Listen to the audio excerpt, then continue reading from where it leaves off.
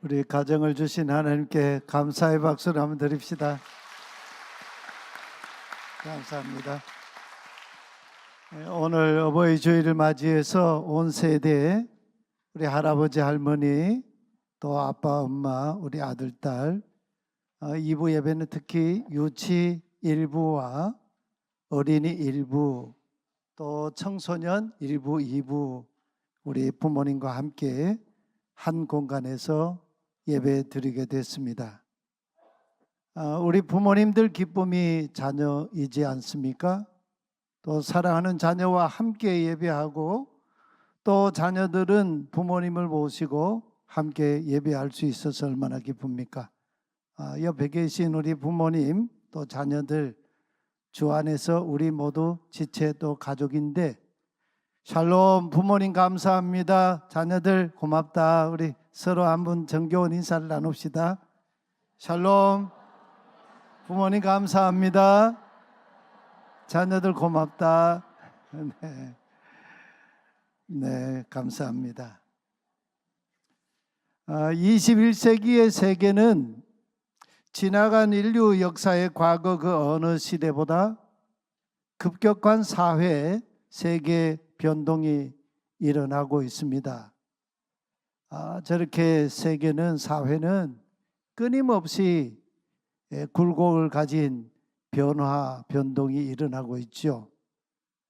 근데 인류 역사는 대개 한 500년을 기준으로 거대한 빅사이클을 형성해 오고 있다고 역사학자들은 평가를 하고 있죠. 500년을 기준으로 새로운 질서가 세계 속에 인류 속에 일어나고 그것이 부상하고 그리고 그 새로운 질서가 정점을 이루고 그러다가 그 새로운 질서마저도 쇠퇴하면서 또 다른 새로운 질서가 이렇게 형성되는 빅사이클이 500년이라는 그 역사 주기로 크게 일어났다 이렇게 얘기합니다. 이처럼 인류 역사는 변하고 또 변했습니다. 옛 질서가 쇠퇴하고 또 새로운 질서가 늘 도래해 왔습니다. 아무리 격동적인 변화의 물결이 일어나고 덮쳐온다고 하여도 결코 사라지거나 없어지지 않는 인류 역사의 깊은 뿌리, 그 기반이 되는 것이 있습니다. 그것이 무엇일까요? 무엇이라고 생각하십니까? 약 500년 전 1500년대 16세기이지요. 종교개혁이 일어나던 서구사회는 종교개혁이 일어난 그런 시대인데 한번 생각해 보십시오. 그때는 지금보다 세계, 이 세상이 훨씬 더 컸습니다. 왜 그랬을까요? 1500년대에는 가장 빠른 교통수단이라고 해야 말을 타고 다녔습니다. 우리나라도 불과 한 세기 전 조선시대만 해도 강남 양재구역 근처가 바로 말죽거리였지 않습니까? 서울을 오가는 사람들 말을 타고 이렇게 갈 때에 말을 죽을 먹이고 말을 쉬게 하고 하는 그런 말죽거리였죠. 이 말을 타고 하루에 이동할 수 있는 거리는 아무리 많아도 40km 정도 됩니다. 지금은 어떤가요? 그 시간이면 지구 반대편에까지 갑니다. 미국의 아폴로 우주선 조종사들은 1500년대에 파리에서 로마로 이동했던 여행자보다 더 짧은 기간에 달나라를 왕복하고 왔습니다. 500년 전 시대의 사람들에게는 지리적으로 영향을 미치는 지역이 매우 좁았습니다. 이동할 수 있는 수단이 원활치 못했기 때문 아니겠습니까? 그들에게는 세계가 훨씬 더 커 보였습니다. 유럽에서 볼 때에 러시아는 완전히 다른 세계였습니다. 그뿐 아니라 중국과 아시아에 있는 나라들은 러시아와는 비교도 안 되는 훨씬 더 멀리 있는 나라였습니다. 지금은 지구촌 시대가 됐습니다. 세상이 이렇게 변했습니다. 그렇지만 변할 수도 없고 변해서도 안 되는 인류 역사의 근간이 되는 토대가 있습니다. 그것은 바로 가정입니다. 가족입니다. 가족의 구성원을 보면 부모가 있지요. 그리고 자녀도 있습니다. 손자, 손녀들도 있습니다. 불과 500년 전만 해도 이 지구촌에는 국가 개념이라는 국가 개념조차 없는 그런 시대였습니다.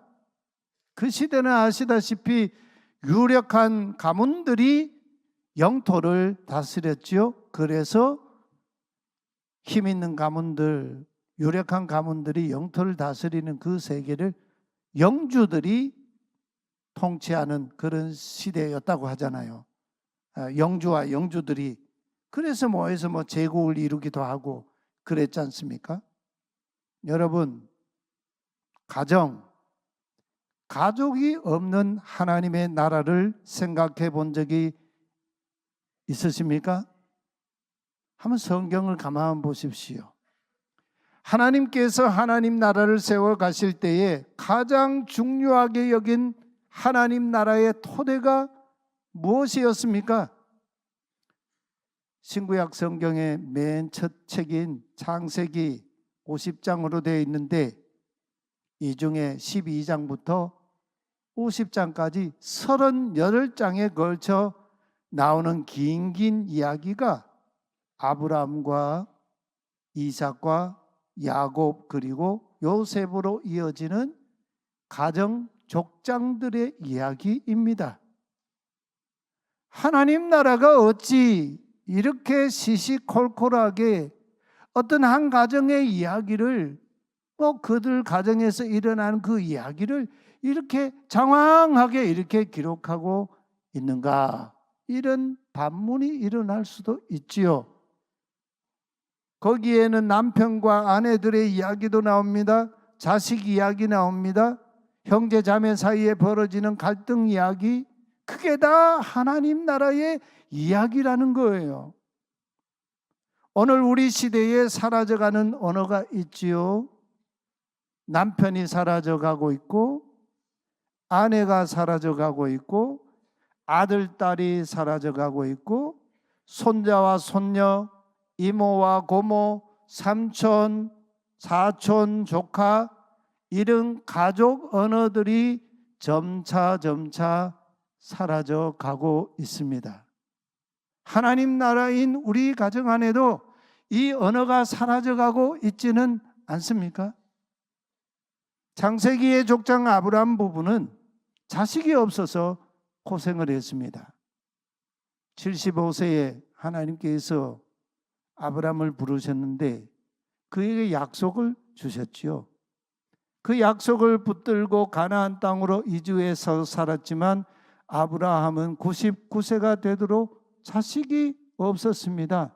분명히 하나님께서 너로 큰 민족을 이루게 하시겠다고 언약하셨는데 99세가 되도록 그에게 자식이 없었습니다.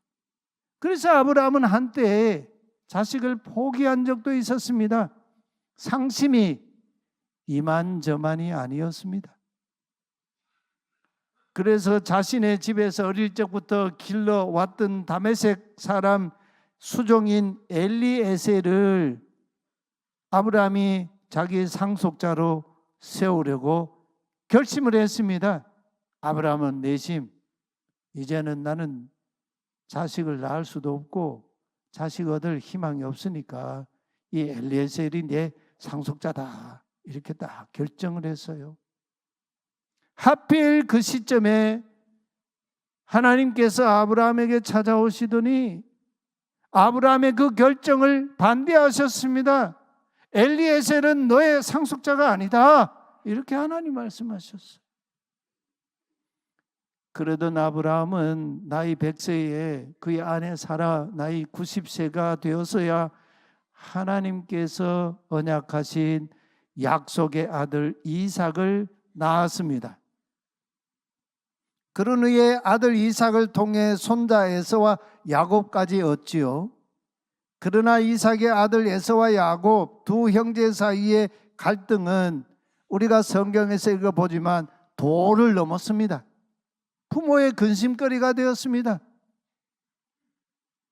어머니 리브가의 뱃속에 있을 때부터 이 야곱과 에서와 야곱은 장자권을 두고 다투었습니다. 결국 에서가 장자로 먼저 나왔습니다. 야곱은 형님의 에서의 발 뒤꿈치를 잡고 뒤따라 나왔습니다. 그 후에 둘 사이에 벌어지는 이 장자권 다툼 갈등은 야곱의 나이 90이 되도록 계속되었습니다. 결국 야곱은 아버지 집을 떠나서 외삼촌 라반의 집으로 도망자의 인생을 살게 되지요. 근데 여러분, 왜 야곱은 브엘셰바에서 800km나 떨어져 있는 먼 하란의 외삼촌 라반의 집에 도망자의 삶을 가서 살면서도 거기서 왜 장가를 갔습니까? 왜 아내를 얻었습니까? 왜 처가살이하면서도 자식을 12씩이나 낳았습니까? 야곱이 혈혈단신 객지에서 왜 가정을 이루었습니까? 아버지 이삭과 할아버지 아브라함의 손자와 손녀, 증손자와 증손녀를 얻기 위해서였습니다. 하나님 나라의 가문 세우기 위해서였습니다. 남편이 되고 아내를 얻고 아들, 딸 얻고 부모도 되고 할아버지, 할머니도 되고 손자, 손녀도 있게 하기 위해서 그랬습니다. 온 세대가 되기 위해서였죠. 오늘 우리가 할아버지, 할머니, 아빠, 엄마, 자녀들 온 세대가 함께 예배를 드리고 있습니다. 우리 교회에서 이렇게 예배하기가 쉽지가 않는데요. 오늘 우리에게는 남편도 있습니다. 아내도 있습니다. 아들도 있습니다. 딸도 있습니다. 아빠도 있습니다. 엄마도 있습니다. 사도 바울이 옥중에서 골로새에 있는 교회 성도들에게 편지했습니다. 골로새 교회 성도들에게 왜 각 아내들은 각 남편들에게 복종하라고 명령했습니까? 남편에게 복종하라, 아내들이 복종하라는 이 명령은 21세기 시대 정신을 거스르는 말 같지 않습니까? 요즘 시대에 무슨 복종이란 게 있느냐? 반문할 수 있는 문제 아니에요? 이런 명령을 우리가 어떻게 이해하고 받아들여야 합니까? 또 각 남편들은 각 아내들을 사랑하라, 각 아내들에게 모질게 대하지 말라 명령했습니다. 아내에게 모질게 대하지 말라는 거예요.